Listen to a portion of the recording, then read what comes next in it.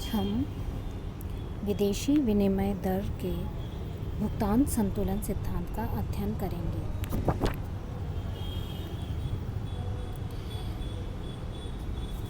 भुगतान संतुलन सिद्धांत यह स्पष्ट करता है कि विदेशी विनिमय दर का निर्धारण विदेशी विनिमय की मांग एवं पूर्ति से निर्धारित होता है। यही कारण है कि इस सिद्धांत को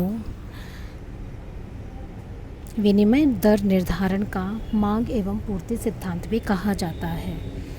इस सिद्धांत को समझने के लिए आवश्यक है कि हम पहले मुद्रा की मांग एवं पूर्ति को समझें। मुद्रा की मांग निम्नलिखित बातों पर निर्भर करती है। पहला है विदेशी विनिमय दर। वस्तु के मूल्य की भांति ही मुद्रा की विनिमय दर एवं इसकी मांग में विपरीत संबंध पाया जाता है। अर्थात मांग अधिक होगी तो विनिमय दर बढ़ जाएगी, मांग कम होगी तो विनिमय दर कम हो जाएगी। द्वितीय, पूंजी खाते की प्राप्तियाँ। विदेशी नागरिकों द्वारा अपने देश में प्रतिभूतियाँ खरीदने पर देश में मुद्रा की मांग बढ़ जाती है, जो देश के भुगतान संतुलन के पूंजी खाते में लिखी जाती हैं। इसी प्रकार विदेशी नागरिकों द्वारा हमारे ऋणों का भुगतान भी हमारे देश में मुद्रा की मांग को बढ़ा देता है। तीसरा, निर्यात से प्राप्त आय। निर्यात एवं सेवाओं से प्राप्त आय को भुगतान संतुलन में सम्मिलित किया जाता है। चौथा है लाभांश तथा ब्याज। विदेशों में विनियोजित पूंजी पर प्राप्त लाभांश एवं ब्याज भी हमारी मुद्रा की मांग में वृद्धि करते हैं। मुद्रा की मांग को निम्नलिखित रेखाचित्र द्वारा समझा जा सकता है। एक्स अक्ष पर मुद्रा की मांग को लिया गया है तथा वाई अक्ष पर मुद्रा के मूल्य को। डीडी मुद्रा का मांग वक्र है जो ऋणात्मक ढाल है। मुद्रा का मूल्य अधिक होने पर अपने देश की मुद्रा की मांग कम होगी तथा अपने देश की मुद्रा का मूल्य कम होने पर मांग अधिक होगी। मुद्रा के मूल्य से यहाँ तात्पर्य विनिमय दर से है। मुद्रा की पूर्ति को हम निम्न रेखाचित्र द्वारा समझ सकते हैं। इसमें भी एक्स अक्ष पर मुद्रा की पूर्ति को लिया गया है, वाई अक्ष पर मुद्रा के मूल्य को, और पूर्ति वक्र जैसा कि चित्र में दिखाया गया है एसएस धनात्मक ढालू पूर्ति वक्र है। इसका तात्पर्य है विनिमय दर जितनी ऊंची होगी मुद्रा की पूर्ति भी उतनी ही अधिक होगी, और विनिमय दर जितनी कम होगी घरेलू मुद्रा की पूर्ति उतनी ही कम होगी। विनिमय दर एवं स्वदेशी मुद्रा की पूर्ति में इस प्रकार धनात्मक सहसंबंध होता है। अब इन दोनों मांग एवं पूर्ति वक्रों के साम्य स्थिति पर विनिमय दर का निर्धारण होता है, जिसे निम्नलिखित रेखाचित्र द्वारा दिखाया गया है। रेखा चित्र में एक्स अक्ष पर मुद्रा की मांग एवं पूर्ति तथा वाई अक्ष पर मुद्रा का मूल्य या विनिमय दर लिए गए हैं। मुद्रा का मांग वक्र डीडी होने तथा पूर्ति वक्र एसएस होने पर साम्य बिंदु पी है, जिस पर विनिमय दर ओएन है।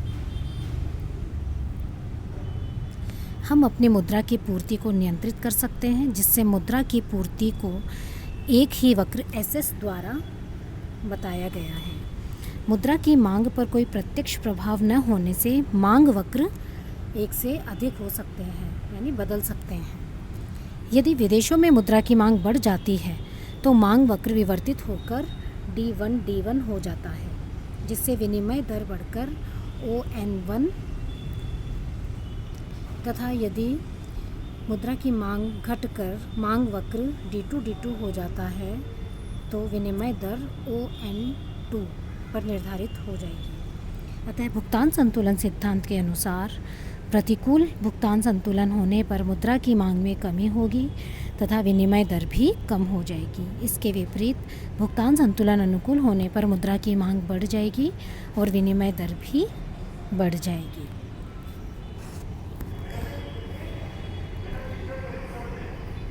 भुगतान संतुलन सिद्धांत के गुण एवं दोषों की अब हम चर्चा करते हैं।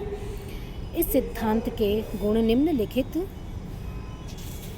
हेडिंग द्वारा समझे जा सकते हैं। पहला है, यह सिद्धांत एक संतोषप्रद विश्लेषण प्रस्तुत करता है।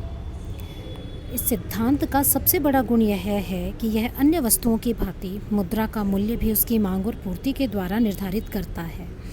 अर्थात यह सिद्धांत विनिमय दर के निर्धारण को भी सामान्य मूल्य सिद्धांत के क्षेत्र में ला देता है। दूसरा, रचनात्मक सुझाव। यह सिद्धांत यह सुझाव देता है कि भुगतान असंतुलन को विनिमय दर में परिवर्तित करके ठीक किया जा सकता है। तीसरा, विश्लेषण का अंग। यह सिद्धांत विनिमय दर निश्चित करने का सामान्य संतुलन विश्लेषण का अंग बन गया है। चौथा, अन्य घटकों का प्रभाव। विदेशी विनिमय दर पर केवल आयात एवं निर्यात का ही प्रभाव नहीं पड़ता, बल्कि अन्य घटकों का भी प्रभाव पड़ता है। अन्य घटकों में ऋण की प्राप्ति, ब्याज का भुगतान आदि शामिल किए जाते हैं। पांचवा है, व्यापक दृष्टिकोण। यह सिद्धांत समस्त दृश्य एवं अदृश्य देनदारियों एवं लेनदारियों को ध्यान में रखता है, जिससे सभी प्रकार की मुद्रामान प्रणालियों में इसे सरलता से अपनाया जा सकता है।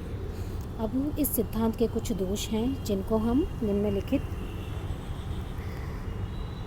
हेडिंग द्वारा समझ सकते हैं। पहला है, अवास्तविक मान्यता। यह सिद्धांत दोषपूर्ण है क्योंकि यह पूर्ण प्रतियोगिता की अवास्तविक मान्यता पर चलता है। दूसरा, मूल्य स्तर की उपेक्षा। देश में प्रचलित मूल्य का देश के भुगतान संतुलन पर प्रभाव पड़ता है। मूल्य स्तर नीचा होने पर निर्यात प्रोत्साहित होते हैं और आयात कम हो जाते हैं, परंतु इस सिद्धांत में मूल्य स्तर की पूर्णतया उपेक्षा की गई है। मांग बेलोचदार न होना। तृतीय बिंदु, इस सिद्धांत में कच्चे माल की मांग को पूर्णतया बेलोचदार माना गया, जिससे उन पर मूल्य एवं विनिमय दर के परिवर्तन का प्रभाव नहीं पड़ता, परंतु अनुभव यह बताता है कि कच्चे माल की मांग बेलोचदार नहीं होती, अतः मूल्य परिवर्तन का कच्चे माल की मांग पर प्रभाव पड़ता है। चौथा बिंदु है, स्वतंत्रता का अभाव।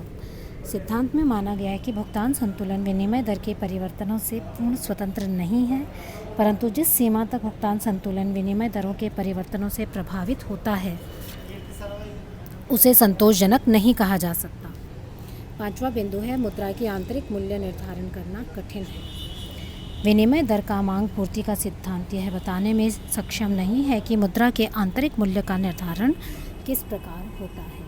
यह हमने भुगतान संतुलन सिद्धांत का पूर्ण विश्लेषण पढ़ा है।